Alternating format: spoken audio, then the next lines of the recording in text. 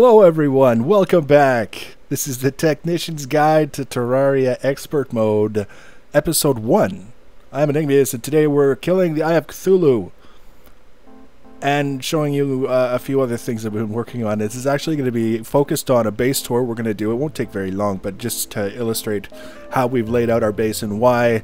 We're going to do a spotlight on the weapon that we're going to use to kill the Eye of Cthulhu. We're going to take a look at a very important mechanism that took me a very long time to figure out how to set up. It's about 95% there, so I'm happy with it for now. It's not exactly what I wanted, but it's still pretty good. Now we're going to show you a kill of the Eye of Cthulhu. Before we do that, we're going to show you a kill of the Eye of Cthulhu. This is actually me encountering the Eye of Cthulhu. It spawned naturally. For those of you who aren't familiar with the game, when you start the game, you have a certain amount of health. Every character has the same amount of health, and you can collect certain items and use them, and it increases your maximum health. When your maximum health reaches a certain level, the bosses, the first bosses, have the possibility to spawn at nightfall every night until you've killed them. The Eye of Cthulhu being one of these, my health is maxed out, so I mean there's always a possibility he was going to spawn any given night. I got the message saying he was going to show up. I went back to my spawn point, I hopped in my flying saucer, I flew up in the air so that he wouldn't clobber any of my NPCs, and this is what happened.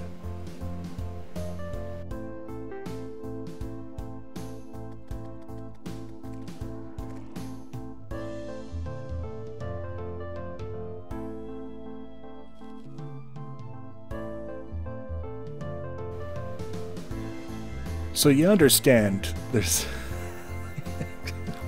what can you do? It's the very first boss, and there's a lot that happens between that point and the end of the game, as demonstrated by my endgame gear versus the expert mode Eye of Cthulhu. We're going to give him another whacking though, because we have the item that we need to summon him, but we have to wait till nighttime, and in the meantime we're going to take a quick look at my base. And the easiest way to look at the first part will be to come over here. This is very rudimentary. I have to make this wider. I have to get another trapdoor.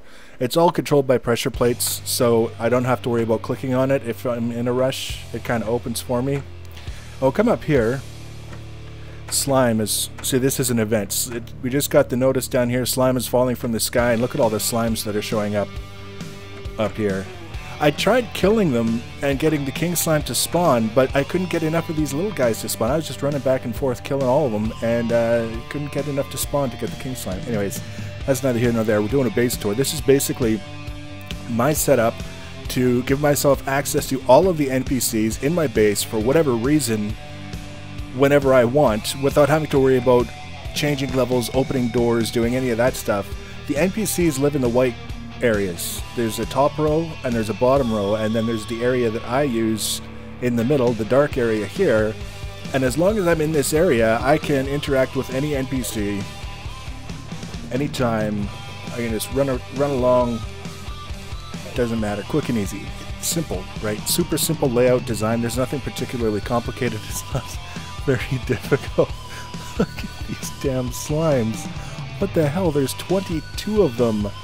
And they're just going to town up there. That's fine. They can't hurt anyone. So that's one of the key elements of this base design, is because we've got one of the things that we'll probably encounter on at least one of the boss fights is the nurse here. If you're missing health and you talk to her and you select heal, you pay a small fee and she heals you up to full. It's very, very handy if you can quickly teleport back to your base, talk to the nurse, get healed, and then go back to a boss fight without having to worry about, in the middle of these waves of enemies or whatever the hell's going on, trying to find the cursor and click on the door and get through and then talk to her. She's very interested in the slimes as well. That leads us to the second segment of our base. Again, very, very simple concept and design. These are all of the various different workbenches and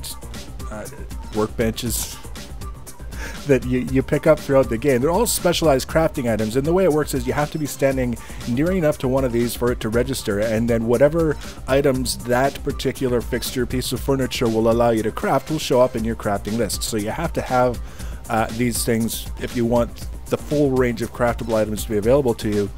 The thing is, as you can see, there's a lot of them. So if you kind of string them out all in one row or even two rows, you end up doing a lot of running back and forth trying to get things crafted, especially when you're doing multiple component things and all that other stuff. So by having them all bunched together, if I'm standing in the middle here, not only do I reach like 9 of them all at once, but if I want to get to the rest, it's just a few steps in either direction, or maybe coming down a level. Never have to go too far. The other layout consideration is all of my chests are basically in a ring around this, you know, all the furniture, specifically so that it's easy for me to get to materials that I need without having to venture too far from the furniture that I need to be near in order to craft those materials, etc., etc.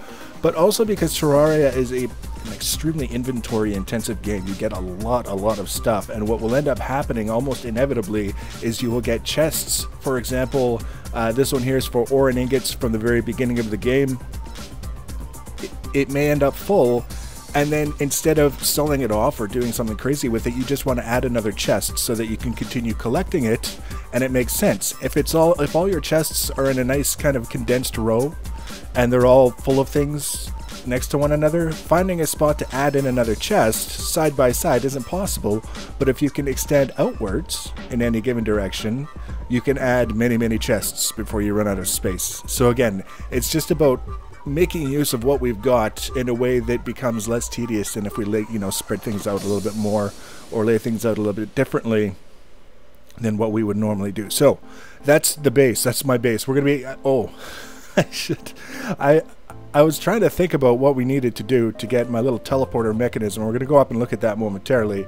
But I was trying to get it to work, and it required some thought. So while I was thinking, I would get in my mining rig, the drill containment unit. This is my flying saucer, which is not to be confused with the drill containment unit.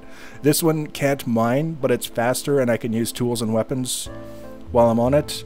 And I basically excavated all of this all the way around my base so that later on, when I want to add things like gardens and specific biome houses for other NPCs, I can do that, and I have all this space to do it. And then also when we kill the Wall of Flesh, which is a very significant boss for those of you who are familiar, and I'll explain it in more detail when we get to him.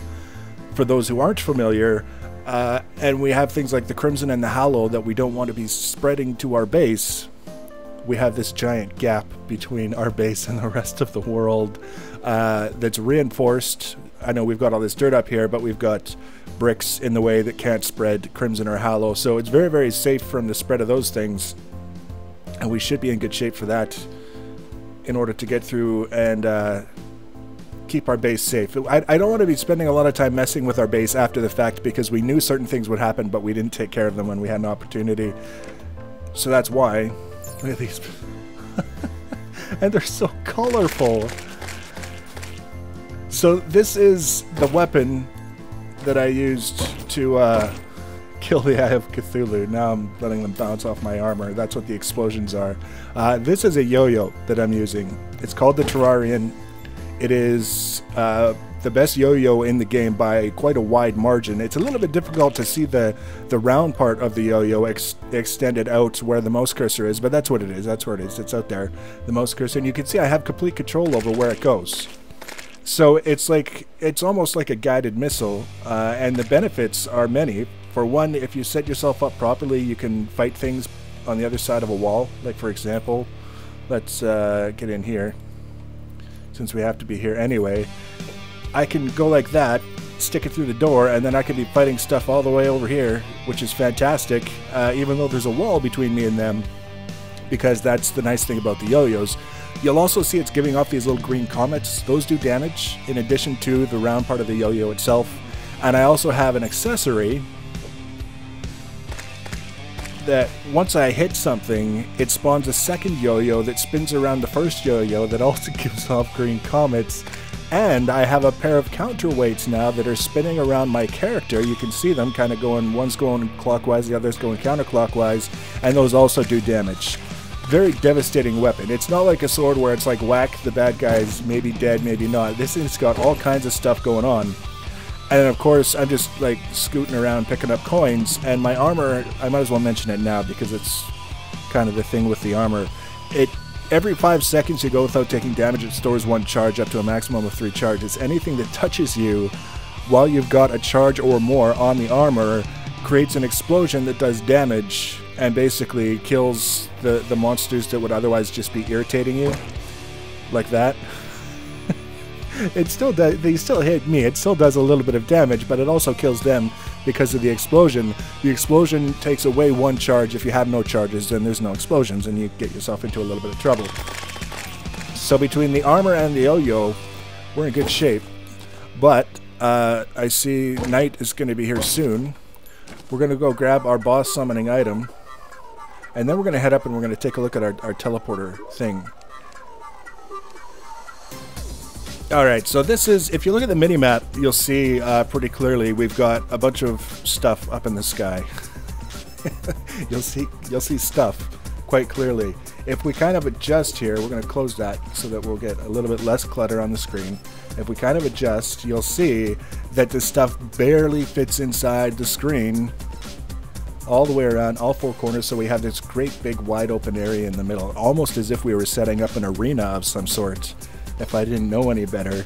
Now, this box, of course, wasn't included in all that. He's kind of left out. He's an add-on that came after the fact when I finally got things sorted out and got them to work. The whole purpose of this thing is these things that are flashing are teleporter pads.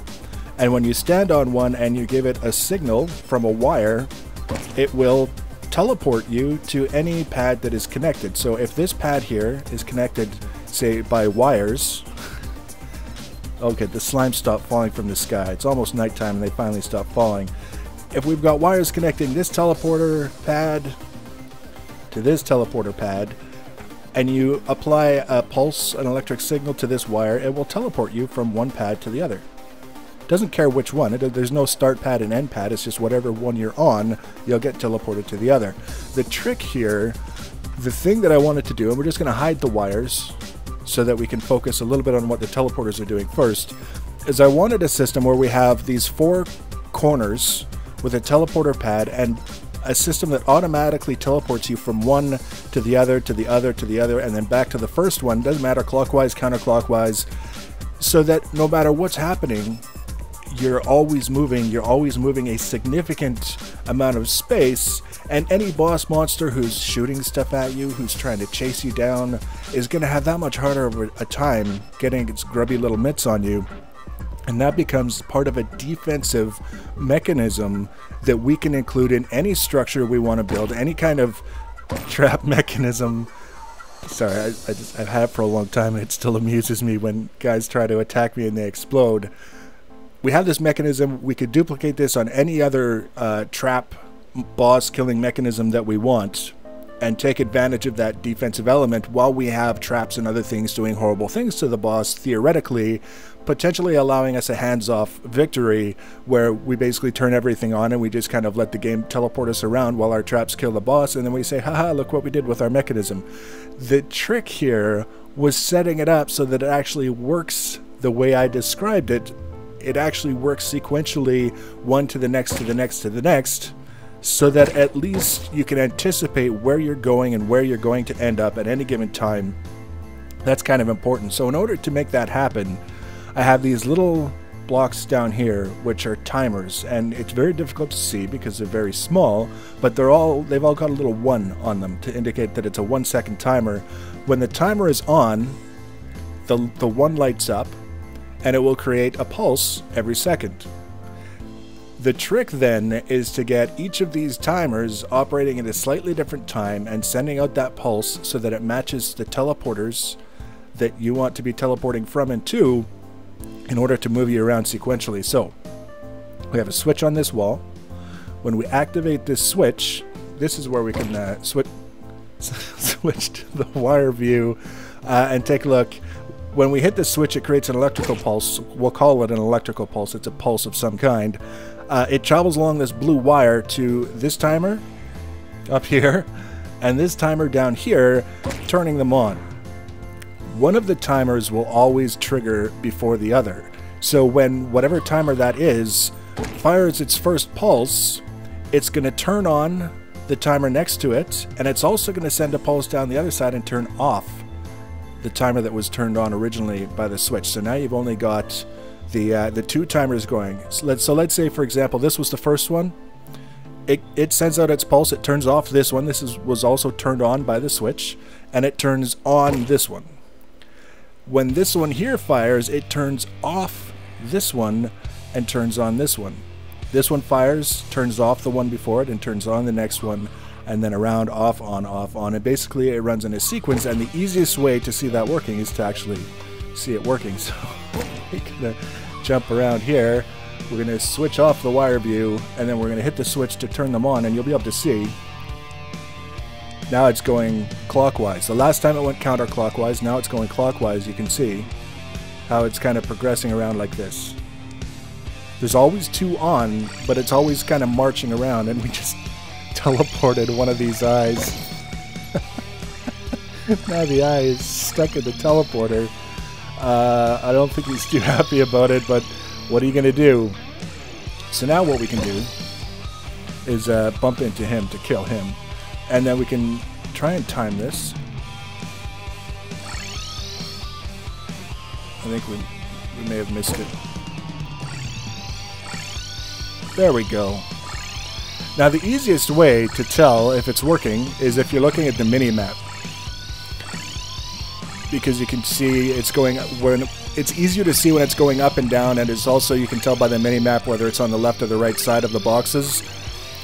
So we've got this teleporter mechanism now that will just move us around all these boxes over and over and over again until we hop out of the range of the teleporter pad itself, which is not too bad.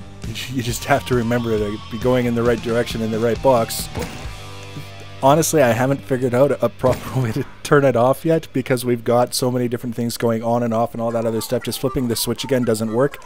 I don't care. I'm fine with it because it just works the way that I wanted it to. I know that's not necessarily the best way to present such a complex wiring diagram. If we get enough people with enough interest in exactly how it's done, I can do like an episode 1.5 where we just spend 5 minutes looking specifically at the wiring diagram that makes this work. But for all practical intents and purposes, I think for most people it's enough to see that we've actually built this thing that's teleporting us around, and that's going to be a defensive mechanism. And now, how are we doing for time? We have plenty of time to summon the Eye of Cthulhu for our rematch. So, oh, he showed up right away. Like, I would have felt bad if we tried to do the lead up to that and pretend that half the episode was going to be fighting that guy. Because we just kicked his ass again. The next episode we're going to be focused on, I got the worm and the Eye of Cthulhu reversed in terms of what we're going to find in this world. In this world, because it's a crimson world, it's going to be a giant floating brain thing. It's quite gross. We're going to fight that thing in the next episode, and we're going to do something else with regards to our primary arena here. Getting it set up for events and things where we want to be able to kill a lot of guys really, really fast, while we're taking care of some of these less challenging boss monsters. Please do leave your comments and feedback. It's a little bit tricky to produce the series just because there's so much going on and it's potentially complex, and trying not to spend a lot of time. We'll work it out as we go. Things will improve over the first few episodes until we get into kind of a stride. So let me know what's working and maybe not working for you. If you want to be notified when I add the next video, the easiest way to do that is to subscribe to my channel or follow me on social media. Links for social media in the information box below the video. Thanks for watching, guys, and take care.